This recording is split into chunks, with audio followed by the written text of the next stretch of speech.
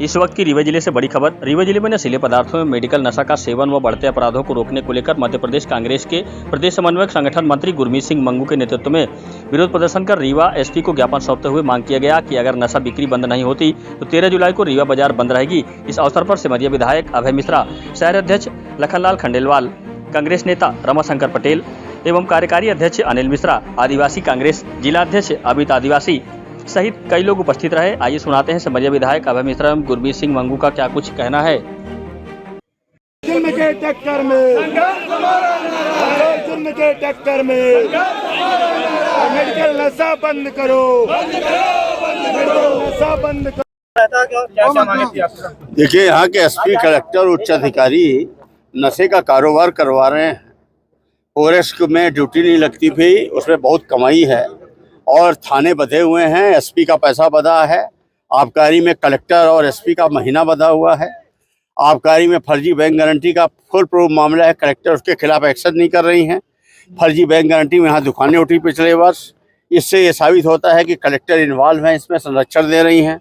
और एसपी को आप मेरा भरोसा करिए, 25 लाख रुपए महीना मिलता है शराब के धंधे से।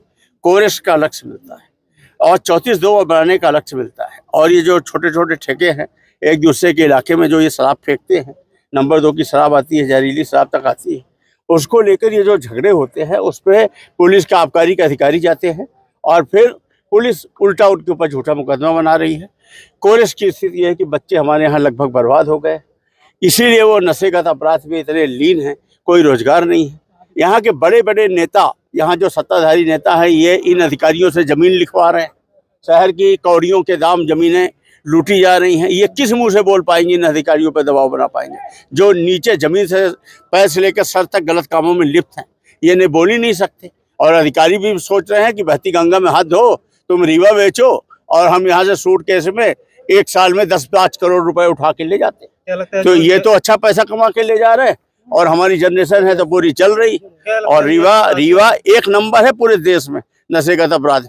आज ये बिहार, उत्तर प्रदेश सबको फेल कर चुका है। आप देखिए, सरकार बदल गई, कोई टीआई नहीं बदल रहे, एसपी नहीं बदल रहे, ये सब कोरेक्स दारू के धंधों में लिप्त हैं। इनका पैसे पार्टनरशिप में लगे हैं और ये सब एसपी को महीना दे रहे हैं, कलेक्टर को आबकारी डिपार्टमेंट महीना दे रहा है। सब कुछ एकदम लिप्त है और हमारा रीवा जल रहा है। अभी गुरमीत सिंह मंगू जी के नेतृत्व में आज ये पूरी टीम, हाँ, राशि है, अवैध राशि है, ये एसपी के पास से होकर कहाँ तक जाती होगी? एसपी को तो मुझे मालूम है, ऊपर का मुझे नहीं मालूम, मैं क्यों झूठ बोलूं। पहले हमारा ये कहना है कि जो कॉन्ट्रैक्टर हैं यहाँ के, ये भोपाल में गृह मंत्री को अलग पैसे दे देते हैं, इनके अधिकारियों को अलग चयन है, वहाँ आयुक्त को अलग देते हैं, यहाँ एसपी और डिपार्टमेंट के माध्यम से कलेक्टर को अलग देते हैं, इकट्ठा कलेक्शन करते हैं। हाँ, नेता और मंत्री इनके खिलाफ नहीं बोल पाते हैं क्योंकि इनके खुद भी पैसे लग गए।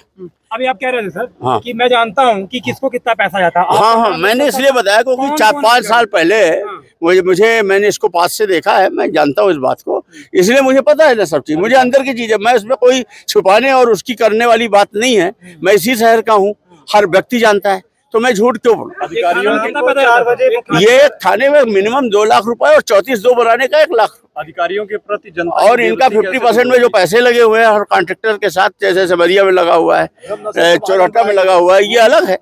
और नंबर 2 की जो शराब डिपो के थ्रू आती है और बिना ड्यूटी के बिकती है, उसका पैसा अलग है। इसमें तो इतना पैसा है कि दोनों हाथ से बटोर रहा है। आज के मुख्यमंत्री रीवा आ रहे हैं, उनको घेरने का प्रयास क्यों नहीं किया आप लोगों ने?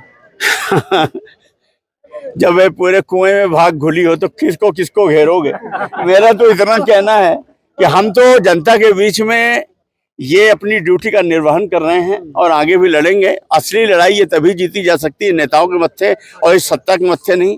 जब यहाँ की महिलाएं शराब दुकानों को घेरेंगी, बाहर निकलेंगी, यहाँ की जनता जब लड़ेगी। दुखद बात यह है कि इन सब गलत कामों में आखिरकार जनता कहीं ना कहीं घूम फिर के अपना मोहर लगा देती है कि मुझे ये स्वीकार है।